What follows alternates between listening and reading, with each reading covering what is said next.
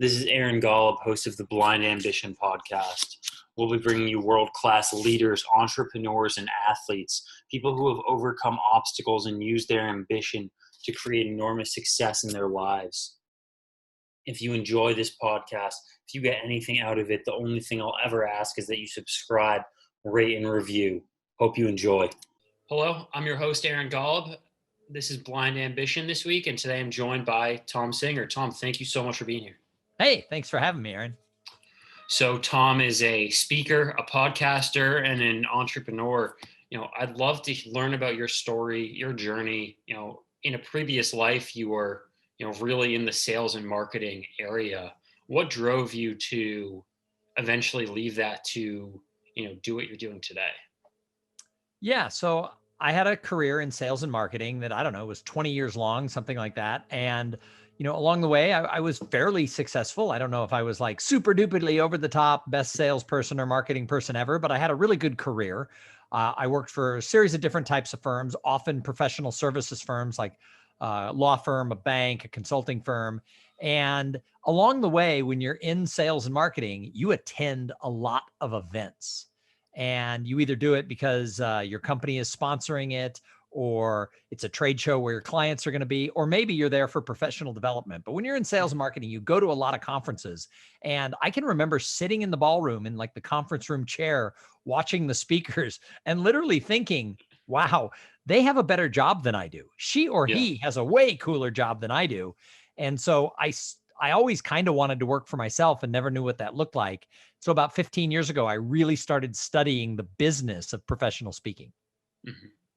That's awesome. How, what were the steps that you took in the beginning that, led you to build a brand for yourself and to build that business? Well, the first thing is along the way, you have to get good at presenting. So you have to learn, like, how do you present on stage? I don't think anybody is born for it. You certainly don't go to school for keynote speaking. I got really involved with Toastmasters, and people always said that I was very good at what I did. In 2002, I had entered the Toastmasters International Championship of Public Speaking, or World Championship of Public Speaking. And I went to the semifinals. And at the semifinals, I came in second place. And so there were 9 regions. And so there were 9 finalists. All of them had a runner-up. So I always tell people I came in the top 18 people in the world. And in 2002, 20,000 people had entered that contest all over the world. And so I came in the top 18. And the guy who beat me in my region, he went on to win the whole thing. So I always think maybe I was like number 2, but we'll just say I was in the top 18. We don't know. Yeah, you're probably a little higher up in there then. But who knows? The guy who beat me did win the whole thing, though. So that at least made it justifiable. And at that point, I realized, hey, maybe I can do this. And so the second step was to learn the business. So the first thing is getting the skills to be able to present to an audience. But the second part is world of speaking isn't what it looks like from the outside. From the outside, we see celebrities. But in reality, most speakers you've never heard of, I've never heard of, and they're out there speaking to small and mid-size groups of anywhere from 50 to 500 people. And in any given day, in any given city, there are thousands of people giving speeches. I mean, pre-COVID, of course. But so I had to learn the business side and where I fit into it, because there's lots of different lanes or silos of speaking. And I had to figure out the business and how I would fit in. And so after I had done those 2 things, then I was ready to go make it my career. That's really important. I think, from my experience, I was fortunate to have been thrown into becoming a decent public speaker at a very young age. And, back then I wasn't the biggest fan of it, but now I'm so thankful that did happen to me. And so I kind of forced myself to be a good presenter very early on. And now I'm on that stage where I'm really learning the business, growing my speaking career. So I'm kind of that in-between area, but it's cool to hear your story from that.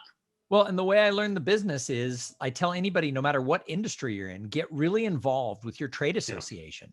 And I got really involved even before I was a professional speaker with the National Speakers Association. And I would go to the local events.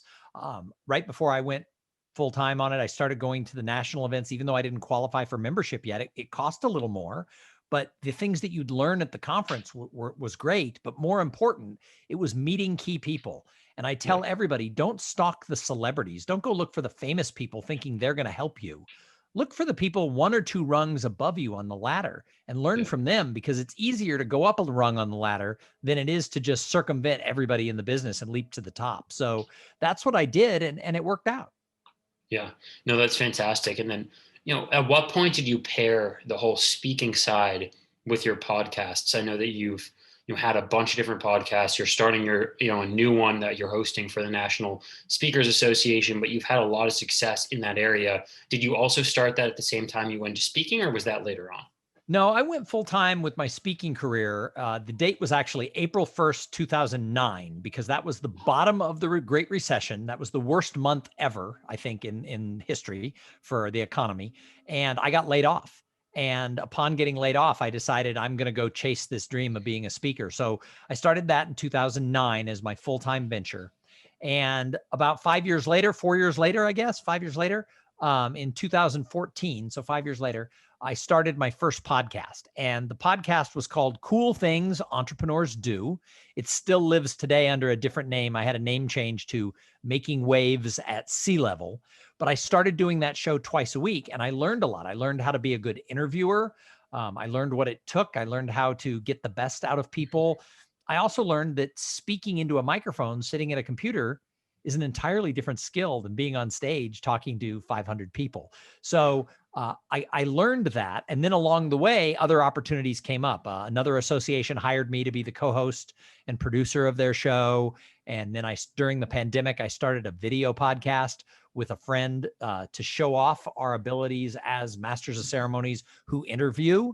And then this year, the National Speakers Association came to me, and we partnered to start a new show called Speakernomics, which is really exactly what you were talking about. It's about the business side. How do you make money as a speaker?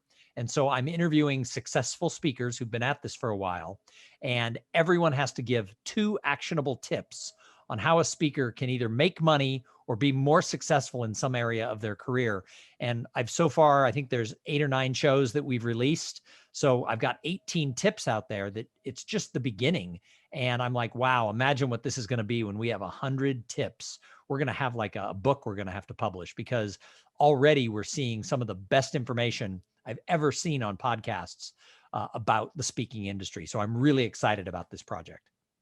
That's awesome. That's I think so valuable and useful. And anyone who is listening to this who is a speaker, go check out that show. I think it can definitely add a lot of value to you. Throughout your entire career as a speaker, as a podcast host, what are some of the biggest challenges and obstacles that you've had to overcome, and how did you solve them? Well, I think the biggest challenge you face in either one of those 2 mediums is the pure amount of competition that's out there. And in the amount of time I've been doing both of them, the amount of competition has more than doubled.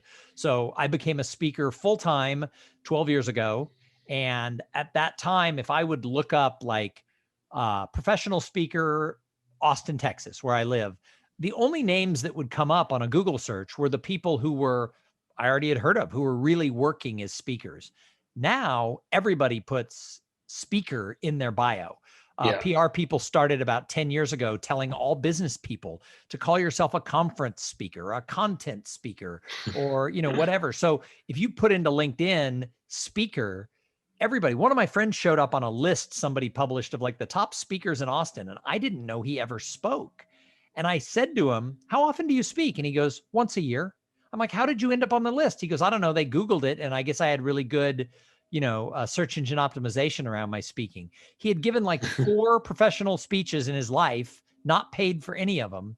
And he showed up on a list of the best speakers out there. So everybody puts it in their bio, and it's hard to differentiate now who is Yeah. really doing it and who wants to do it and who's doing it well. Same thing is true with podcasting. When I started my first show, when I started Cool Things Entrepreneurs Do, I was a top ranked, top 50 business show for, gosh, I don't know, a year or more. And then all the celebrities started to get in. All the Gary Vaynerchuks and all the celebrity business people had podcasts. And then Yeah. NPR and other radio stations started publishing everything they did as a podcast. And so I don't rank that highly anymore because of the amount of celebrities who are in the game. So just the competition to get noticed is probably the hardest thing. And the way you overcome that is you be scrappy. You just get out there and keep trying and let people know you do it and do a good job and show up the next day and do it again. Yeah, no, that's some great advice. Growing up, or when you were younger, do you think that you always had this itch to, do something outside of working at a company, outside of the sales and marketing? Do you think that you had, an idea of becoming an entrepreneur and doing something on your own, or do you think that that developed over time while you were in kind of corporate America? No, I've never been like a huge risk taker, which is probably why I never jumped in earlier to do this. But I always like to march to my own drummer. I always like to zig Mhm. when other people zag. So I think had there been the entrepreneurial training and just icons out there when I was a kid, I think I would have just done it from a young age. I think someone your age has the advantage that you see all kinds of people who are out there trying and failing. Some are succeeding, some are failing again, trying again, then succeeding.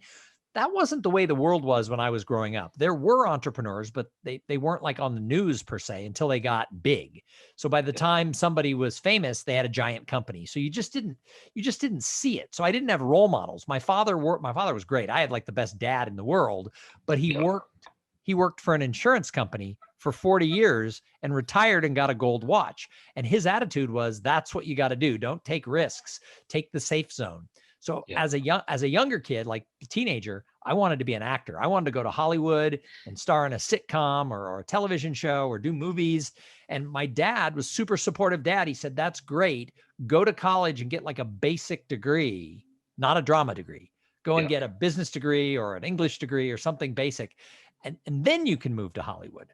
The problem with that advice was you get out of college, you get a job, you move somewhere and you get married and you have kids. It's really hard to say, by the way, we're going to go live in a van in Los Angeles so I can try out for a soap opera.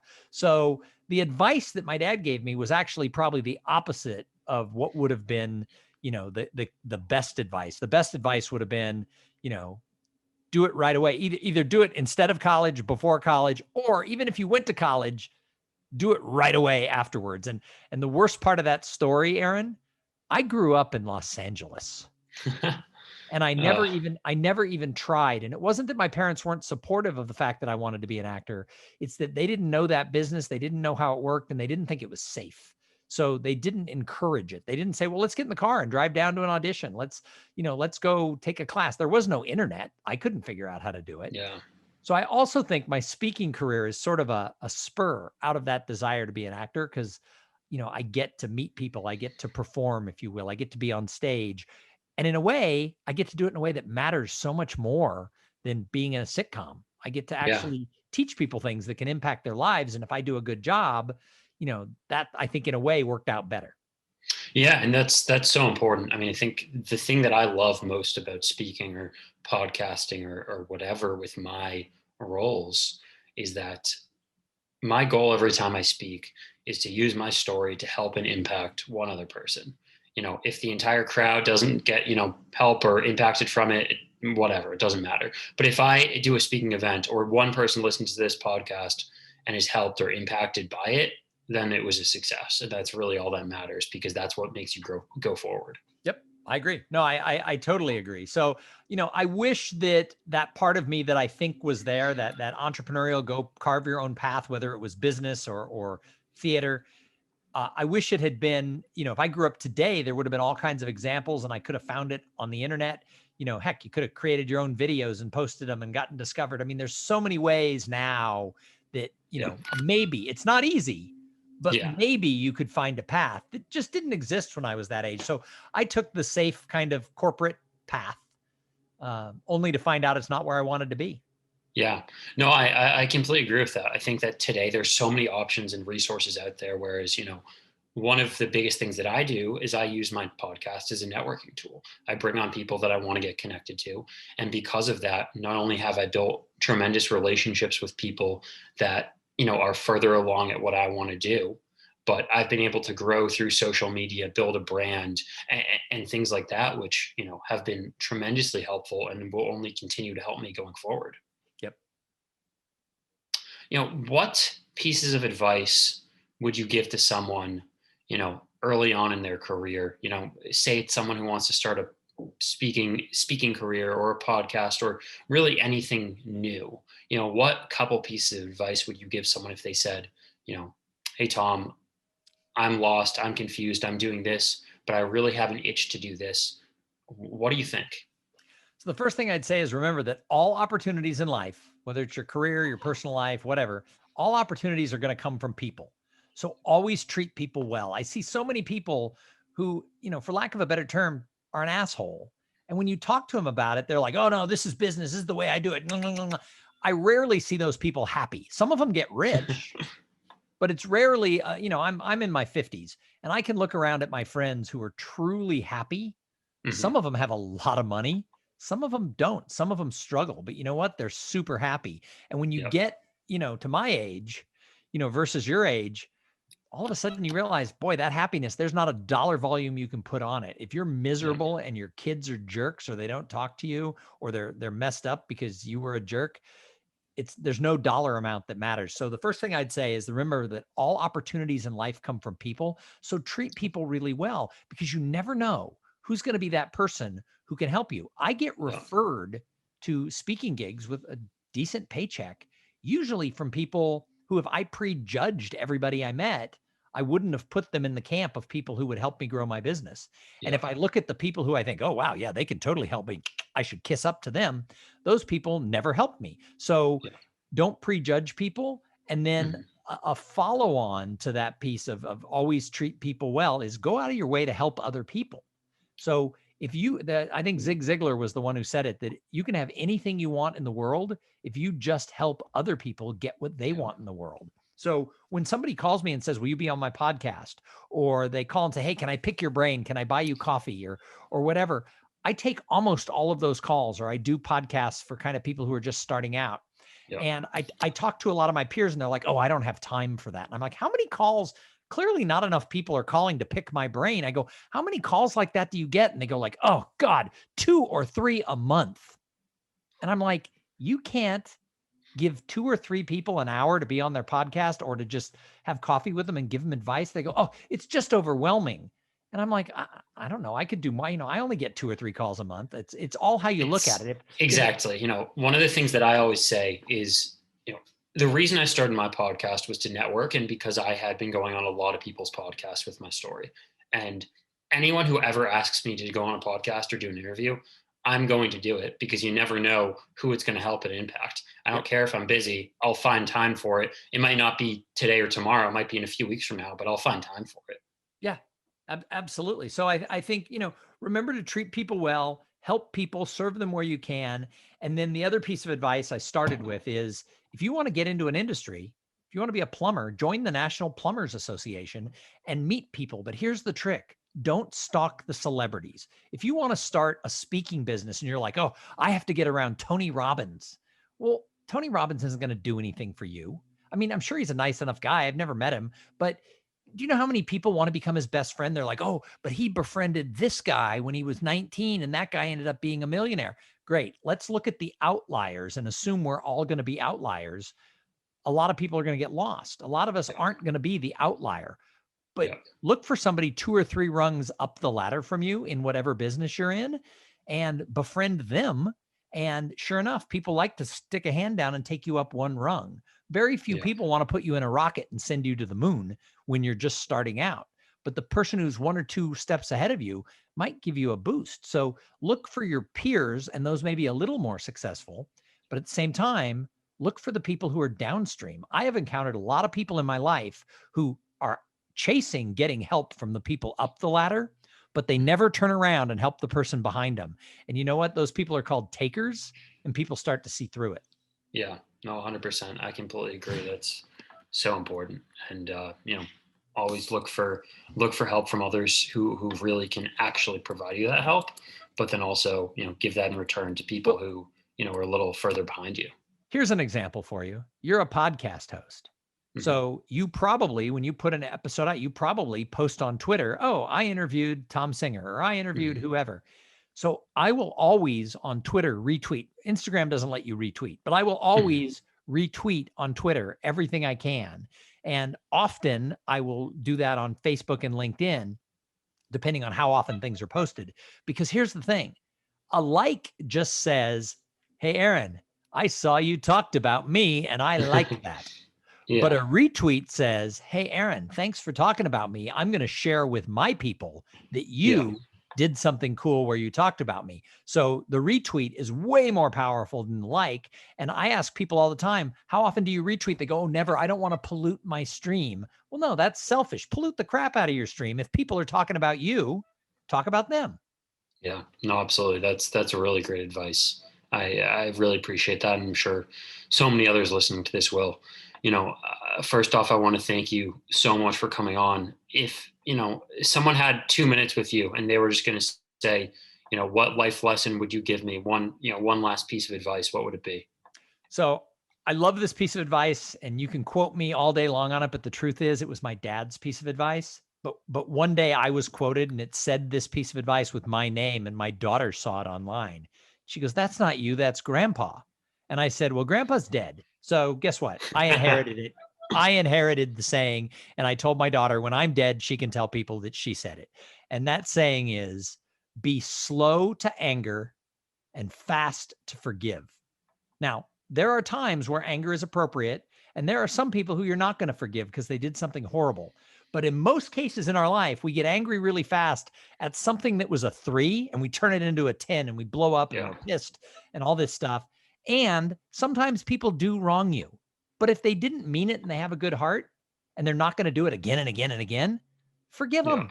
And I Yeah. have seen, I mean, my dad lived to be 99 years old, and people asked him why. And he had not those exact words, but a derivative of the fact that if you're if you're slow to anger and fast to forgive, your odds of dying go way down, because there's too many people who hold on to all these bullshit grudges Yeah. and things like that. And it eats them up inside. The stress kills them. So my Yeah. advice, calm down, take a deep breath.